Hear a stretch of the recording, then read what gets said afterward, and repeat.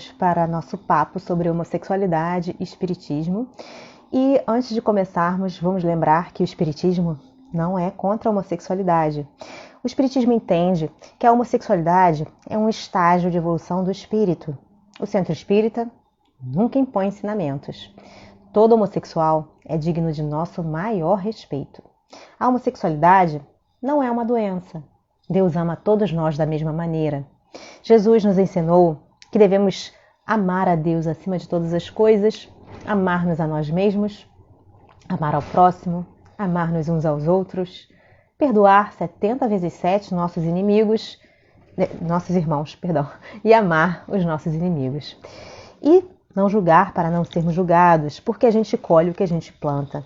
Sendo assim, a semeadura é livre, mas a colheita é obrigatória. Bom, e para a gente continuar, nós estamos usando como norte o livro Sexo e Consciência, de Divaldo Franco, para nos indicar leituras extras também. E nesse sentido, no livro, Divaldo diz assim: para o indivíduo que se encontra em curso nos dramas mencionados, o primeiro passo será recorrer a um serviço de saúde mental que lhe irá fornecer a terapia adequada para a depressão. Isso é nesse caso da depressão.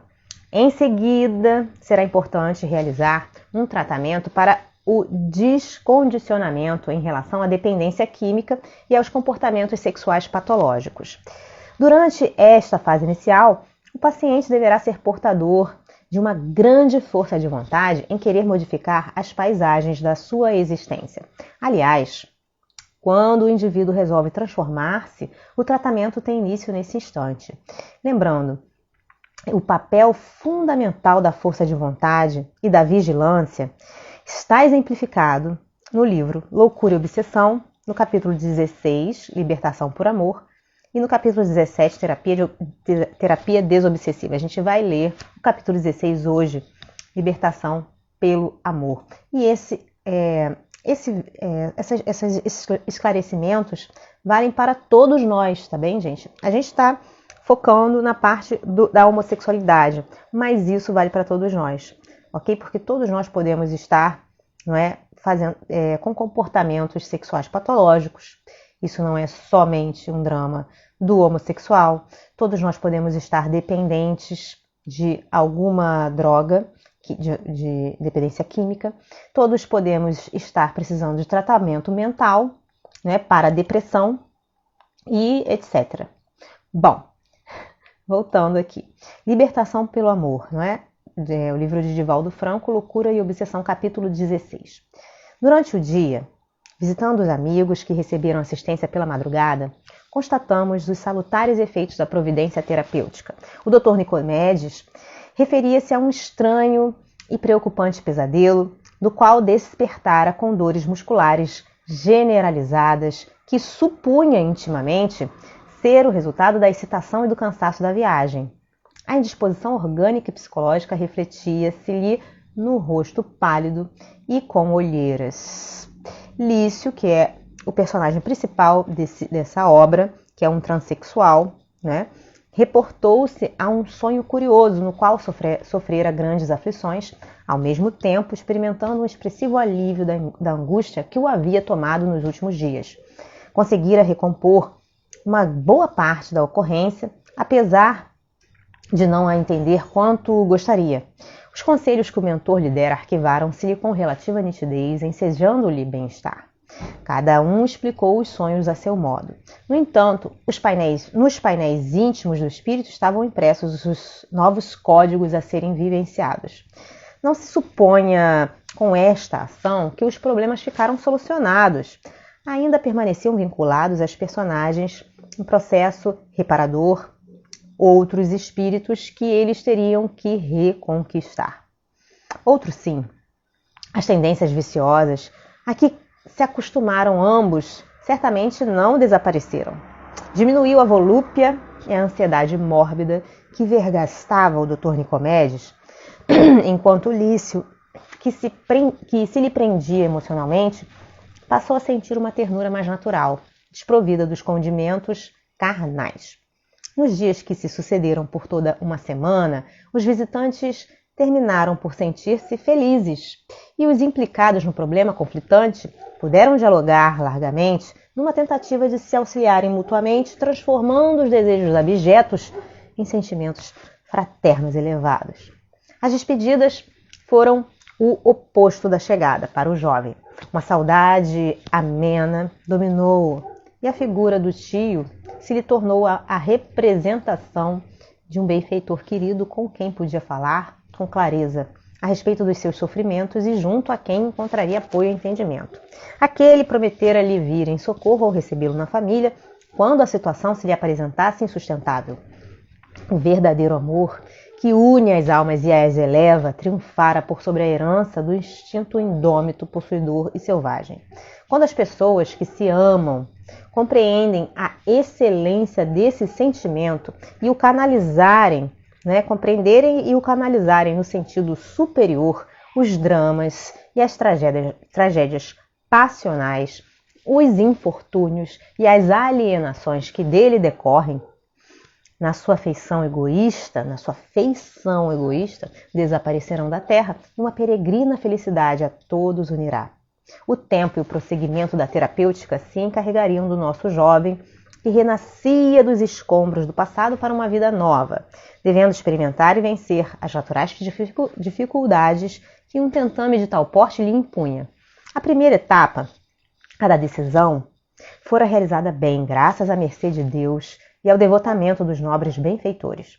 Um universo de reflexões tornou-me à mente como decorrência da luta redentora que os nossos amigos agora passavam a travar de maneira consciente, erguendo-se para a paz, adiando por sublimação a felicidade. Vemos o oposto na sôfrega e refreada busca do prazer que enlouquece quando as criaturas, se exaurindo, fogem de um para outro gozo frustradas e amargas, derrapando para os abismos mais profundos. A facilidade com que se expressam muitos estudiosos do comportamento, propondo liberação em vez de educação, vivência no desequilíbrio que pretendem dar vivência no desequilíbrio que pretendem dar cor de fenômeno natural, ao revés de reajustamento, confirma o materialismo da nossa cultura odierna. Mais lamentável é o fato observado no conhecedor da realidade do espírito e que, pressupostamente, tomando postura moderna, propõe que seja assumida a realidade interior e jogada no palco das paixões em desgoverno. É certo que não recomendamos uma posição castradora, inibitiva, pois que cada qual responde pela própria ação. Todavia, conhecendo a lei da causalidade, cumpre nos sugerir maior reflexão em torno dos envolvimentos emocionais e psicológicos, buscando as suas raízes na conduta anterior e intentando corrigir o que constitua conflito e dor, mediante a atitude adequada no presente, que se torna uma terapêutica de eficiência para futuros resultados. Aprofundar feridas é método de abrir maior campo para infecção. Assim, fazer concessão ao fator que desencadeia o problema é forma de torná-lo mais agudo, terminando por tombar na conjuntura expiatória. A reencarnação tem caráter educativo, gerador de hábitos novos, e é instrumento disciplinante em face dos limites que propõe pelos impositivos da evolução. O homem não deve ser considerado como a máquina para o prazer, mas o ser eterno em contínuo processo de crescimento. O corpo é-lhe instrumento por ele mesmo. O espírito que o habita, modelado conforme as necessidades que o promovem e libertam. A visão global do ser, espírito, perispírito e matéria, é a que pode dar sentido à vida humana, facultando o entendimento das leis que a regem. A hora convencional, rumamos, o mentor e nós, aos labores com a nobre emerenciana, que daria curso à assistência aos adversários espirituais de Carlos. Conforme sucedera nos serviços já referidos, foram trazidos em desdobramento pelo sono os médiuns adestrados. E o amigo Empédocles se encarregou de conduzir o filho ao recinto. Felinto, sempre solícito, permaneceu conosco, aguardando poder ser útil em qualquer oportunidade. Iniciada a reunião após as providências de defesa e proferida a prece pelo Dr. Bezerra, a diretora mandou que trouxessem o irmão infeliz que se caracterizava de Exu. Ali havendo recuperado a forma e mantido em internamento para a etapa que ora se realizava. Adormecido, apresentando ainda algumas compreensíveis deformações, foi conduzido ao médium de psicofonia e logo despertado pela hábil coordenadora da tarefa. Denotava cansaço e alguma turbação psíquica, defluentes dos fluidos tóxicos largamente ingeridos e cuja eliminação abrupta produzia-lhe o esvaziamento interior, embora só a longo prazo viria a libertar-se totalmente. Com a voz pausada, a benfeitora trouxe-o à atualidade e explicou-lhe: sabemos das razões do teu suplício, e aqui estamos para ajudar-te, filho de Deus que és, contudo também o somos. Chega o momento da tua renovação e compreenderás a sabedoria da justiça divina. Antes, porém, recua no tempo e volve a senzala ao poste de sacrifício. Recorda. O sofredor cerrou as pálpebras do médium e caiu em pranto de dor e de revolta, impossibilitado de falar. Concomitantemente, o Dr. Bezerra aplicou o mesmo recurso em Carlos, que voltou à forma arrogante que o infelicitara e cujos efeitos agora padecia. Percebendo a ocorrência, o senhor Empédocles, registrando a chegada da mãe adotiva do passado, autossugestionou-se e volveu à infância quando os pais haviam sido sacrificados pelo infeliz senhor. Composta a cena por força ideoplástica modeladora que recompunha o passado, 2 auxiliares trouxeram a antes atormentada genitora da criança, libertada da configuração a que se entregara na sede implacável de justiça arbitrária. Esta foi levada ao outro médium, de cujas faculdades deveria utilizar. Igualmente convidada ao antigo cenário, ali reconstituído, assumiu a personalidade na qual se desencadeara a pugna selvagem, dando-se conta do que ocorria, pois que se recordou dos últimos trabalhos nos quais reencontrara o filhinho, marejou os olhos de pranto, num misto de alegria e de saudade do ser querido. A mentora, segura da gravidade do momento, da sua alta significação naquelas vidas, expôs sem afetação. Aqui nos reúne a misericórdia de Deus. Ela irradiava a peregrina luminosidade, para apagarmos os incêndios que o ódio ateou com a água pura do amor. Criados para a glória, detemo-nos no sofrimento por opção pessoal, pois que, criado por nós, este sofrimento é o látego que elegemos para a própria depuração como efeito da rebeldia a que nos apegamos. Não obstante a preferência infeliz, um momento chega em que as ovelhas tresmalhadas são compelidas ao retorno ao rebanho, seguindo o pastor paciente que as aguarda afetuoso. Ninguém é considerado em privilégio ou desdita. Todos que chegam estão cansados e sofridos, encontrando repouso para as fadigas e o medicamento para as doenças. Este é o vosso momento. O irmão José Manuel continuou, acercando-se do antigo escravo. Desejou, não há muito, destruir outra adversária do seu verdugo por desejá-lo apenas para si, constatando que a maior força é a do bem. Despindo-se da aparência que lhe dava uma falsa posição de poder, reencontra-se frágil e dependente, como o somos todos nós ante as poderosas leis da vida.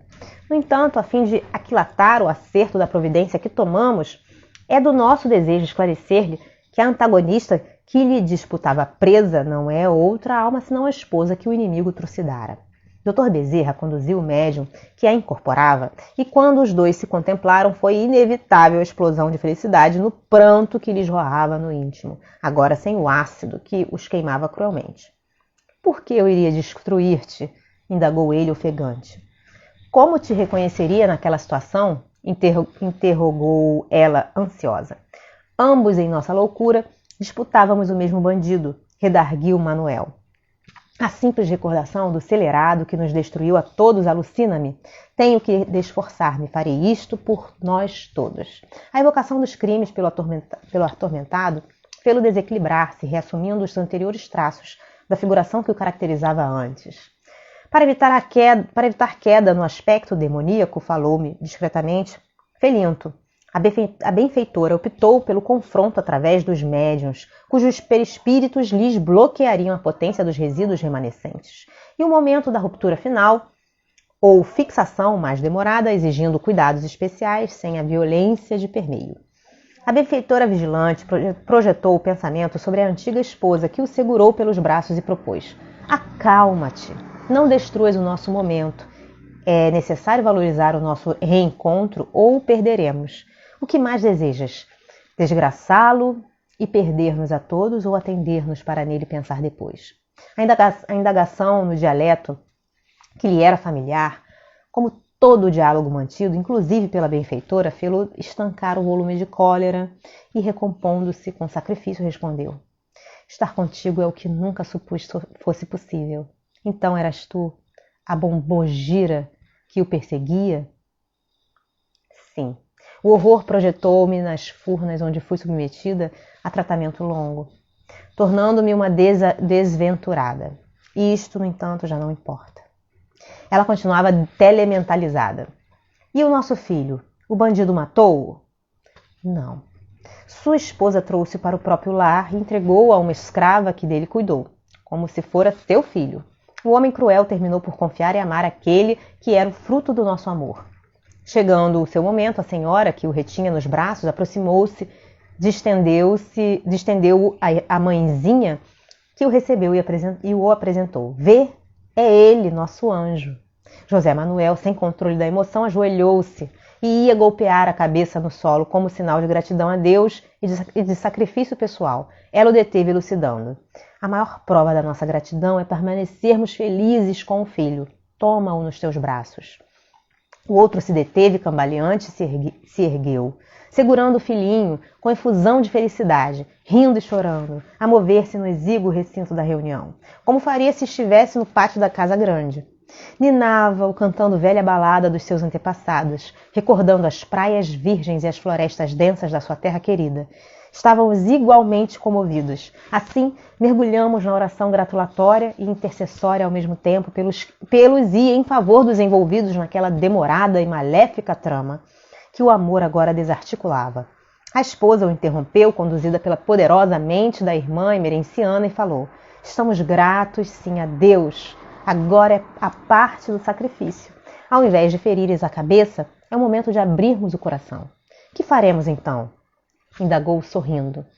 Perdoaremos a quem nos molestou, mas guardou em paz o filhinho para nós. Tomado pelo impacto da surpresa, ele tentou devolver-lhe a criança e rebateu: nunca o farei! E entrar no desconcerto da emoção atormentada quando ela retrucou: de Deus é o filho, de Deus é a vida. Se Deus o perdoa, por que nós não faremos? O Pai nos devolve o Filho, porque nós não lhe podemos restituir a paz. O nosso pesadelo no ódio foi muito longo. Enquanto enveredamos pela treva, nosso filhinho seguiu a claridade do bem. Quando morreu, veio em nossa busca e não nos encontrou. Soube da nossa infinita desdita, porém não pôde rever-nos nem estar conosco. Teria que lutar muito para nos socorrer um dia e foi o que passou a fazer. Essa batalha vem ele travando há mais de um século. Reencarnou-se e fez-se pai, pois que assim é a roda das existências, recebendo nos braços para que se pudesse redimir aquele que nos jogou no calabouço da infinita aflição. Fica sabendo, portanto, que o nosso adorado filho de ontem foi há pouco tempo na terra o amado pai do nosso infelicitador. Como pedimos a Deus que nos concedesse o filho em paz, este pai suplica pelo filho desditoso, a fim de que sejamos irmãos em resgate redentor. José Manuel deteve-se perplexo. Demorou-se, raciocinando e agitando-se, andou de um para outro lado. Por fim balbuciou fulminado: que estratagema! Não sei se é abençoada ou maldita a circunstância. Se nos vingarmos, teremos que infelicitar o filho amado daquele que é o nosso filho querido. Sim. E como nos verá ele a conduta? Está conosco, utilizando-se da forma correspondente à idade com que o deixamos na terra. E os crimes que o bárbaro cometeu contra nós? Praticou-os contra ele mesmo. Observam, humilhado e sob controle, quanto nós próprios nos encontramos. Ele tem sofrido a nossa presença nefanda há quanto tempo? Ele, o enfermo mental, sob o jugo dos seus erros, que nós ambos pioramos com a nossa fúria. Para quê? Tirar-lhe o corpo não é tomar-lhe a vida. Se prosseguirmos com o nosso plano, já não o teremos, pois que ele, pagando a consciência divina os seus crimes, nos escapará. Que será de nós? E como nos verá o filho, que retornou como seu pai? A quem seguirá, senão ao que mais necessita? E, no caso, será a ele?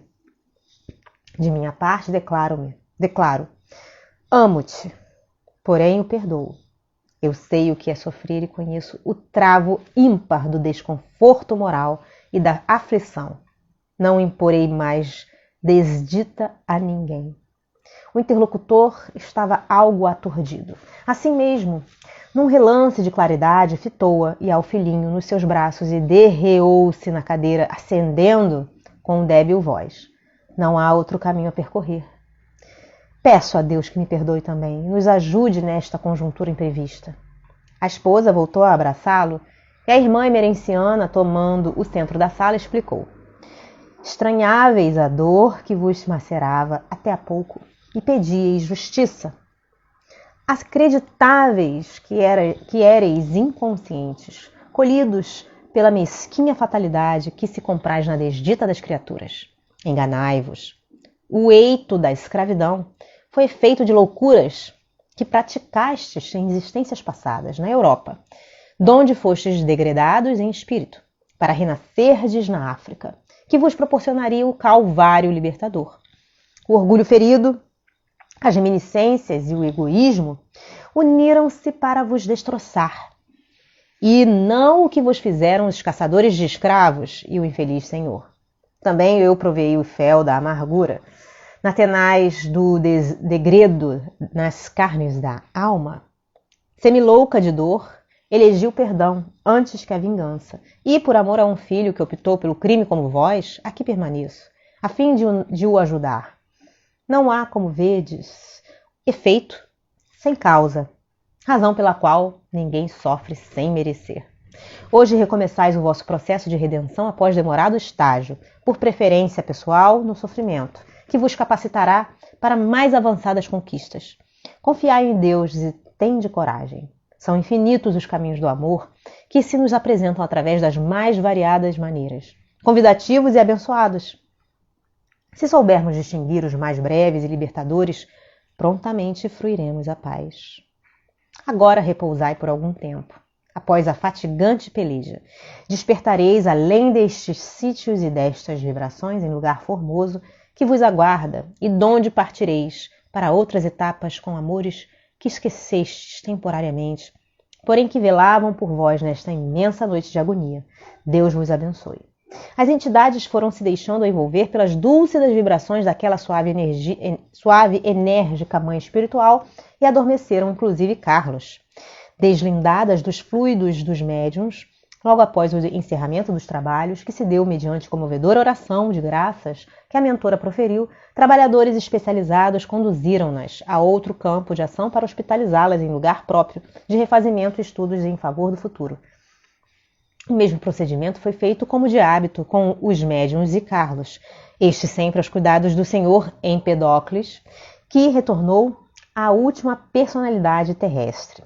Novamente detivemo-nos a confabular com a diretora da casa a respeito do recurso da doutrinação indireta, usando a esposa em renovação, mais facilmente aceita pelo oponente do que alguém que se lhe não vinculasse afetuosamente. A doutrinação, amigo Miranda, elucidou-me, é uma terapia de amor, e somente com essa força, em nosso campo de ação espiritual, logramos o resultado a que ela se propõe. A informação lógica rompe as barreiras mentais e auxilia a razão. Todavia, só o amor bem vivido arrebenta as algemas do ódio, da indiferença e proporciona o perdão. Longos discursos e debates mediúnicos em muitos núcleos espíritas às vezes servem apenas para a exibição de cultura e habilidade verbal, raramente para esclarecer e libertar os que se sentem lesados e estão sofridos, buscando entendimento, mesmo sem que se deem conta disso, e socorro. Não será por acaso essa técnica de que a vida se utiliza para conosco? Mais lição silenciosa no tempo do que verbalismo apressado na hora da ocorrência. Sorriu benévola. no que todos a acompanhamos bem-humorados.